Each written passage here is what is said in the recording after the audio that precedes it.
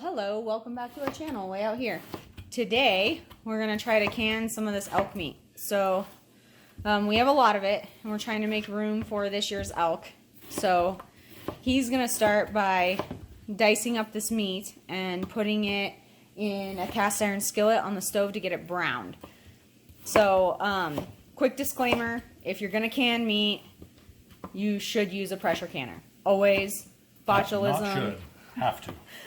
Botulism is a thing, and you don't want to get sick, and you don't want to accidentally have something go wrong. And once you can it, if there's anything wrong, if you notice anything fuzzy, anything weird, anything bubbly in your canned meat, you should not eat it. So that's just another quick disclaimer that we're going to go through before we even start showing this process.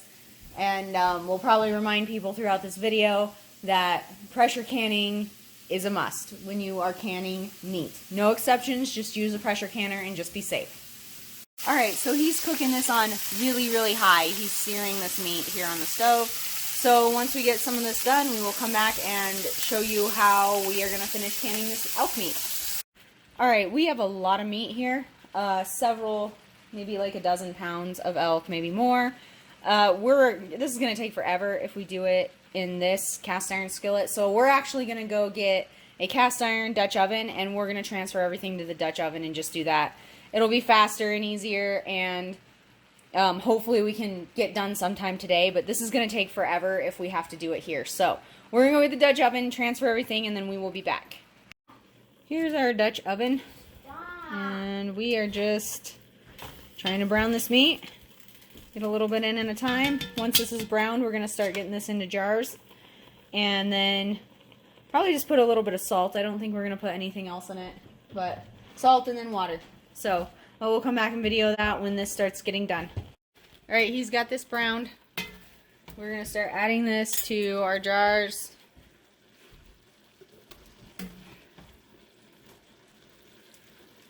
Add it hot. And then we're going to cut more meat. Pour more meat in the pot, and once these jars are all filled with meat, we will come back and show you the canning process with the pressure canner. Alright, the other thing we're going to do is he basically took all the liquid here that cooked off the elk and put it into this pot. This is not on heat. He's going to do a little olive oil, start the next batch. But he's putting this in here so that we can use this as our broth to put in the jars on top of the meat. And this is our second batch of meat right here.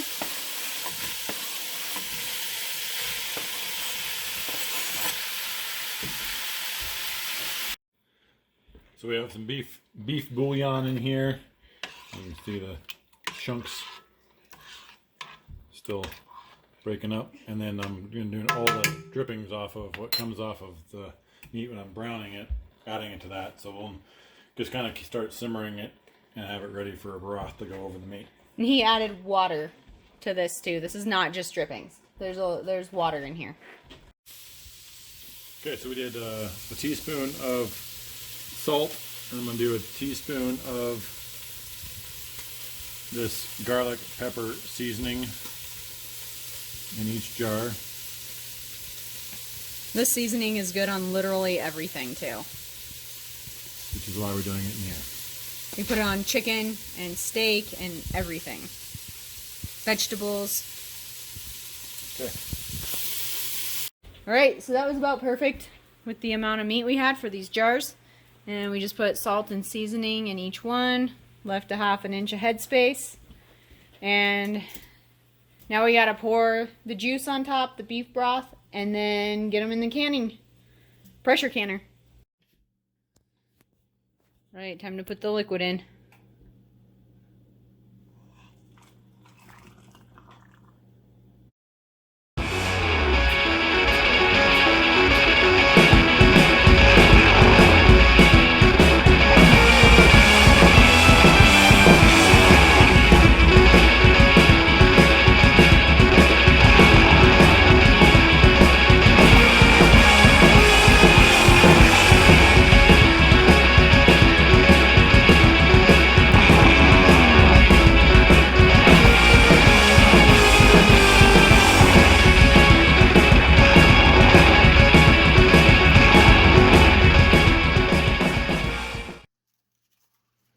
Alright, we're going to do a couple spicy ones.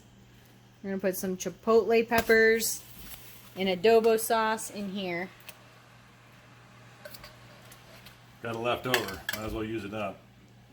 So we're making a little bit more broth because we ran out. So we'll mark those spicy. Maybe, if we remembered. We'll mark those spicy. Alright, so we're just wiping the rims off here like we did before with our brandied apples and our cucumbers. We're putting lids on. We've got them boiling in here just to sanitize them. And we're putting lids and bands on, and then we're going to put them in the pressure cooker. Okay, so we have steam coming out of here. I don't know if you can see it or not. Hard to see in the camera probably. So we let that steam for 10 minutes. Once that hits 10 minutes, then we will set the pressure. Because we're between 6,000 and 8,000 feet of elevation, we'll be doing 14 pounds of pressure. And we will be doing quarts for 90 minutes. So it's going to take a little while, but in about 10 minutes from now, we'll set the put the pressure top on there and set about 14-15 pounds of pressure, and for an hour and a half. All right, so we're sitting at 90 minutes. In the essence of time, I'm going to let the pressure off of here. Move this off of the heat.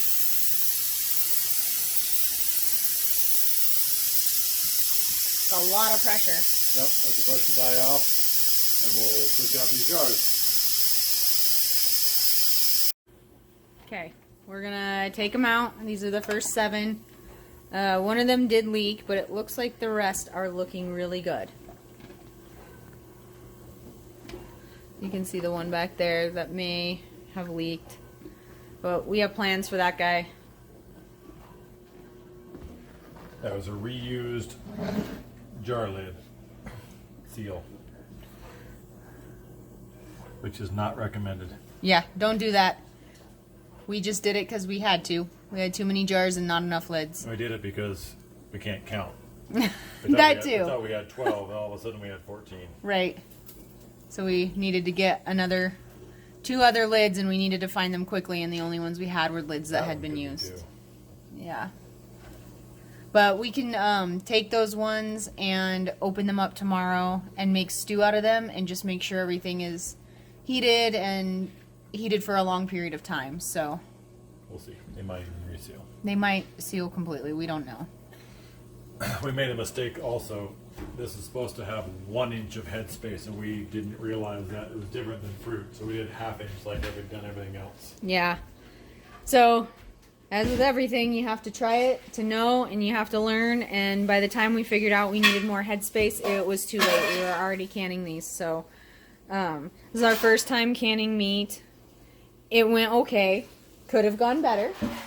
But we're not going to give up either. We're going to keep doing this, and we're going to keep learning. And like I said, we can use some of these pretty much right away, these ones, if they don't seal overnight.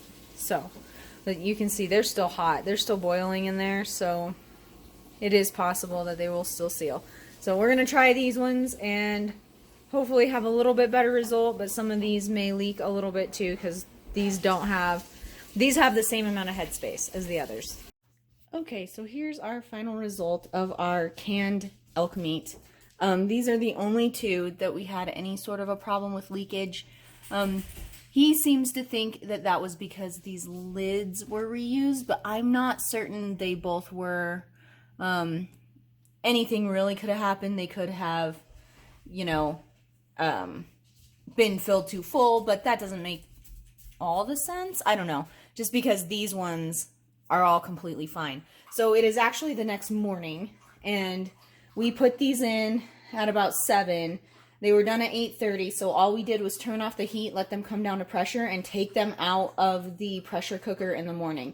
And when we took them out, none of these 7 that we had put in the second batch had leaked at all.